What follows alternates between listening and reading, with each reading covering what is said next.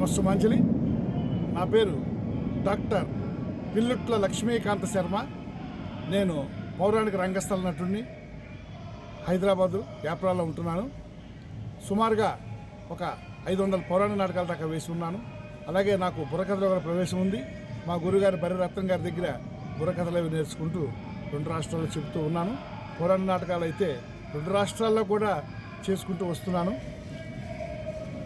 ఇప్పుడు ఇవాళ మన ప్రజాగాయకుడు గద్దర్ గారి 78వ జయంతి సందర్భంగా వారు నన్ను పిలవడం జరిగింది. ఆ సందర్భంగా బుర్రకథ కళారూపాన్ని నేను ప్రదర్శించాను. నన్ను ఇన్వైట్ చేసినటువంటి గద్దర్ మేడం గారికి మరియు సత్యాన్ గారికి మరియు వాళ్ళ ఫ్యామిలీ మెంబర్స్ అందరికి కూడా నమస్సుమాన్ని తెలియజేసుకుంటూ ఆర్టిస్ట్గాను ఈటీవీలో వస్తున్నటువంటి ఆరో ప్రాణం, అంతకుముందు వచ్చిన సీతమల సినిమాల చెట్టు, అలాగే చాలా సినిమాల్లో కూడా యాక్ట్ చేస్తూ ఉన్నాను. నేను కోటగారికి రిలేటివ్ని. కోటగారు మా మావయ్య గారు అవుతారు. చాలా సంతోషం. ఇవాళ ఈ టీవీ వాళ్ళని ఇంటర్వ్యూ చేయడం, నన్ను మీ మధ్య పరిచయం చేయడం నాకు చాలా ఆనందంగా ఉంది. మీ అందరికీ కూడా మరొక్కసారి గద్దర్ గారి జయంతి సందర్భంగా శుభాకాంక్షలు తెలియజేసుకుంటూ, జోహార్ ప్రజాకవి గద్దర్, జోహార్ జోహార్, జోహార్ ప్రజాకవి గద్దర్, జోహార్ జోహార్, జోహార్ జోహార్. మన గద్దర్ అన్న 78వ జన్మదిన వేడుకలు జరుపుకుంటున్నారు. అందులో ఈ విద్యాలయానికి నేను ఫస్ట్ మెంబర్ని. నన్ను కూడా ఆహ్వానించారు. ఈ యొక్క వేడుకల్లో ఎన్నో కార్యక్రమాలు పిల్లలకు వీడియో ద్వారా చేస్తున్నారు. కాకపోతే గద్దరన్న గురించి చెప్పాలంటే ఎంతో బీద కుటుంబంలో జన్మించి ఎదిగి ఎన్నో ప్రజా సేవలు చేసి పెద్ద స్థాయికి వచ్చిండు. ఆయన యొక్క సేవలు ప్రతి ఒక్కరూ మరవలేని. కాబట్టి అతని యొక్క ఆశయాలను అందరూ పిల్లలు కూడా బాగా చదువుకొని ఆయన యొక్క ఆశయాలను నెరవేరుస్తారని ఆశిస్తున్నాను. ఈ యొక్క అవకాశం ఇచ్చిన స్కూల్ ఆయన అందరికీ నేను ధన్యవాదాలు తెలియజేస్తున్నాను. గద్దర్ అనగానే మనకు గుర్తొచ్చేది ఏమంటే ఆయన ప్రజల గురించి చేసిన అద్భుతమైన పోరాటం, ఆయన చేసినటువంటి త్యాగం, ఆయన పాటే ఒక ఆయుధంగా మలుచుకొని ప్రజల్లో చైతన్యం తీసుకొచ్చి ప్రజల హక్కులు కాపాడడంలో ఆయన ఒక చరిత్రను సృష్టించాడు ఈ భారతదేశంలో. ఆయన జన్మదినాన్ని ఈ రోజున ఆయనకి నివాళులు అర్పించే గొప్ప అవకాశం మాకు కూడా లభించినందుకు మేము ఎంతో సంతోషపడుతున్నాం, గర్వపడుతున్నాం. ఆయన నాతో కలిసి ఆయన 19 సంవత్సరాలు ఉన్నప్పుడే మేము గ్రామాలన్నీ తిరిగాం. బాబాసాహెబ్ అంబేద్కర్ యొక్క త్యాగాన్ని, పోరాటాన్ని ప్రజల ముందుకు తీసుకెళ్ళాం.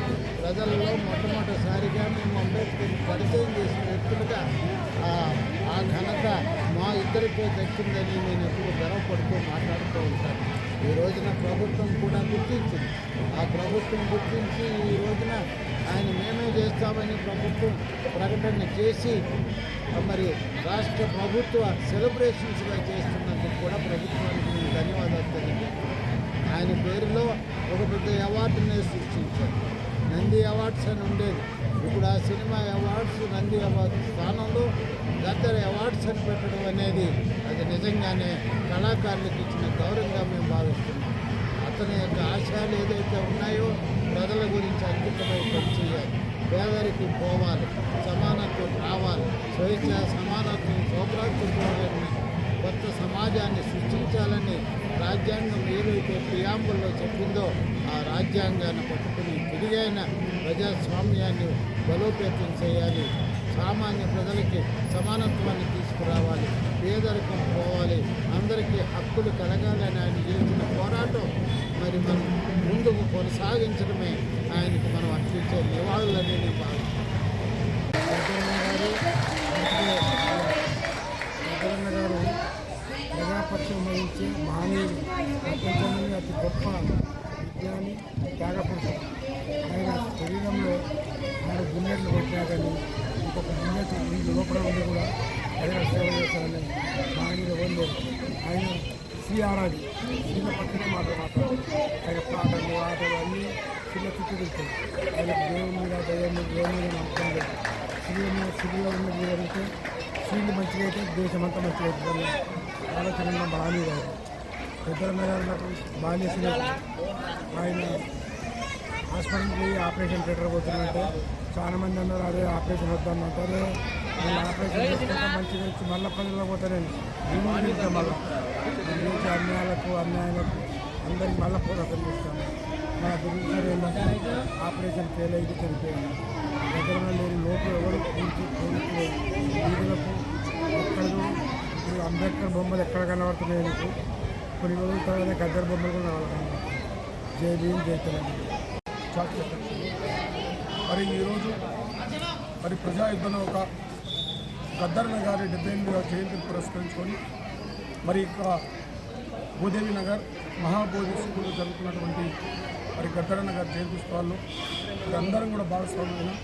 మరి ముందుగా గద్దరన్నకు ఆత్మశాంతి కలగాలి, తన ఆశయాలు మేము ముందుకు తీసుకోవడం చెప్తూ మరి కష్టకాలంలో పాడిన పాటలే ఈరోజు ప్రజలలో అలాంటి పాటలు ప్రజలలో ఉంటున్నాయని చేస్తూ ఏదేమైనా గద్దరన్న గారి ఆశయాలను ముందుకు తీసుకోవడం చెప్తూ మా బోసు దాకా పాటలు చెప్తూ మాతో పాటు ఉన్న ఎంఆర్పిఎస్ జాతీయ నాయకులు అదేవిధంగా మేడ్చల్ కడప జిల్లా ఉన్న అధ్యక్షులు రామచంద్ర గారు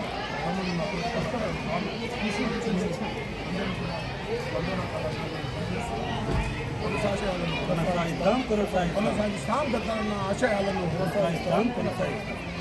బోధి విద్యాలయం గద్దరన్న ఇక్కడ సమాధి స్మృతివనం ఇక్కడికి స్కూల్లో పిల్లలంతా స్కూల్ స్టాఫ్ అంతా అంబేద్కర్ విద్యానికేతన్ ట్రస్టీ మెంబర్స్ అందరూ కలిసి 78వ జయంతి గద్దరన్న జరుపుకున్నారు. ఇక్కడ ఆయన పాటని ఆటని మాటని ఆయన జీవితాన్ని గుర్తు చేసుకుంటూ ఒక చిన్న మూవీ రిలీజ్ చేయడం జరిగింది. మూవీ అంటామా ఇక్కడ గద్దరన్న జయంతి సందర్భంగా ఒక ఏవీ రిలీజ్ చేయడం జరిగింది. గద్దరన్న జీవిత చరిత్ర మీద పిల్లలు చూసి చాలా ఆనందపడ్డారు. ఒక మారుమూల గ్రామం నుంచి, ఒక పేద కుటుంబం నుంచి, ఒక దళిత వాడల నుంచి పుట్టి హైదరాబాద్కి వచ్చి ఇంజనీర్ చదవాలని కోరికతో వచ్చి ఇంజనీరింగ్ ఆపేసి ప్రజల సమస్యని తీర్చడానికి ప్రజల సమస్యలని కన్నీటిని పాట రూపంలో మలిచి ఆయుధంగా మలిచి దాని సమస్యని సొల్యూషన్ తీసుకురానికి పయనంలో ఉన్న గద్దరన్న జీవిత చరిత్ర తెలుసుకొని పిల్లలు చాలా హ్యాపీ ఫీల్ అయ్యారు. ఇక్కడ ట్రస్టీ మెంబర్స్ చైర్పర్సన్ కమలా గారు, జేబీ రాజేశ్వరి గారు, పాండు గారు, రంగారెడ్డి గారు, సురేష్ గారు, సుధీర్ సార్ గారు అందరూ వచ్చి ఇక్కడ పిల్లలతో ఆయన జయంతిని పంచుకొని అన్నదానం చేయడం జరిగింది.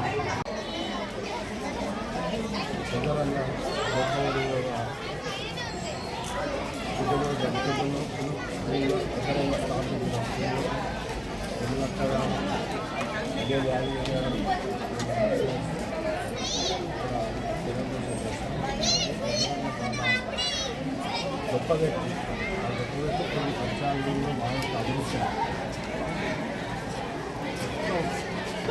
దేశం పిల్లల నుంచి పెద్ద ముసలివాళ్ళు అన్న చెల్లిదాయాలని కాకపోతే మడుతున్నారు.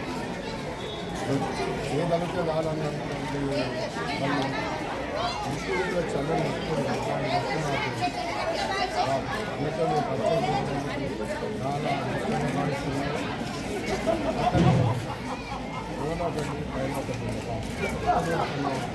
సంఘానుసారంగా బతికింది.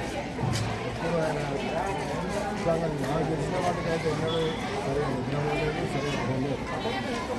నేను ఇద్దరు కాబట్టి బతుకున్నాడు. దానితో విమలక్క గారు అటువంటి భాగస్వామి దొరుకులు కూడా నాకు అనిపిస్తాను. విమలక్క లేకుండా అతనికి ఎంతో ముందేదంటే రేట్ ఏంటంటే విమలక్క అన్నకి ఇంత పేరు రావడానికి కూడా విమలక్క గారే కారణం. వాళ్ళ మసలు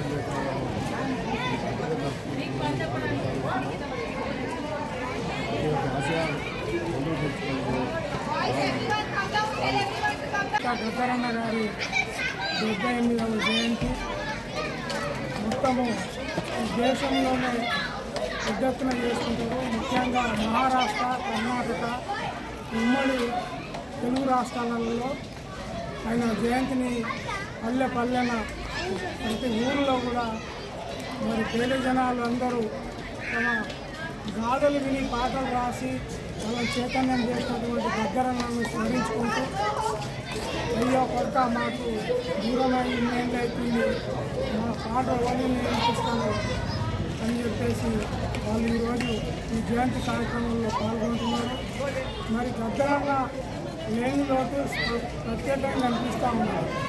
ఈరోజు చూస్తూ ఉన్న దేశంలో మనవాళ్ళు చేసే అరాచకాలు మరి ఇక్కడ ఆగత వస్తున్నటువంటి సంఘటనలు మనం చూస్తూ ఉన్నాం. గద్దరన్న ఉంటే దాన్ని రక్షించుకోవడానికి ఎంతో ప్రయత్నం చేసేవాడు. వాళ్ళ హక్కుల కోసం వాళ్ళని పోరాటం వైపు తీసుకెళ్ళేవాడు. వాళ్ళకు అడవిలో ఉన్న వనరులన్నీ జాగ్రత్తగా పెట్టి దోసుకోకుండా ఈ యొక్క ప్రభుత్వము మనవాదులు దోసుకోకుండా ఈ అమెరికా సామ్రాజ్య వాళ్ళను దోసుకోకుండా చూసేవాడు. ఆ లేని లోటు ప్రత్యేకంగా కనిపించింది. మరి ఇలాంటి వ్యక్తి మనకు అవసరము. పాట అప్పటికప్పుడే పాటలు మరొక ప్రజావాదకారులుగా పేరు తెచ్చుకున్న గద్దరన్న లాంటి వాళ్ళు పుట్టబోడు అనేసి నేను అనుకుంటున్నా.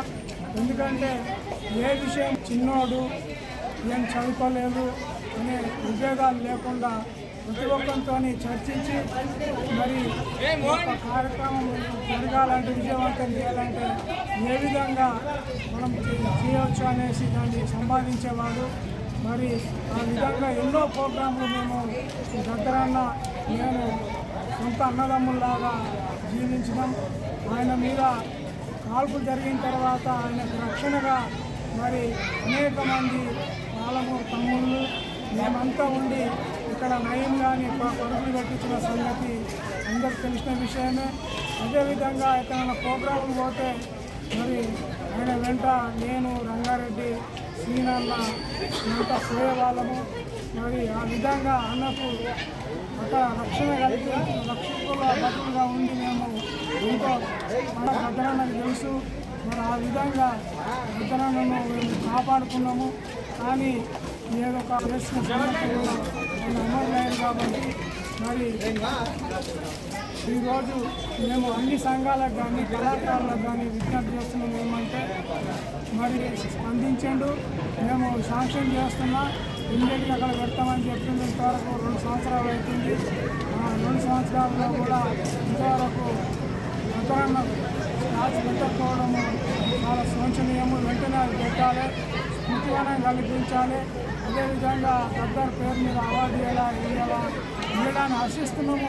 కానీ కొన్ని సినిమాలు మరి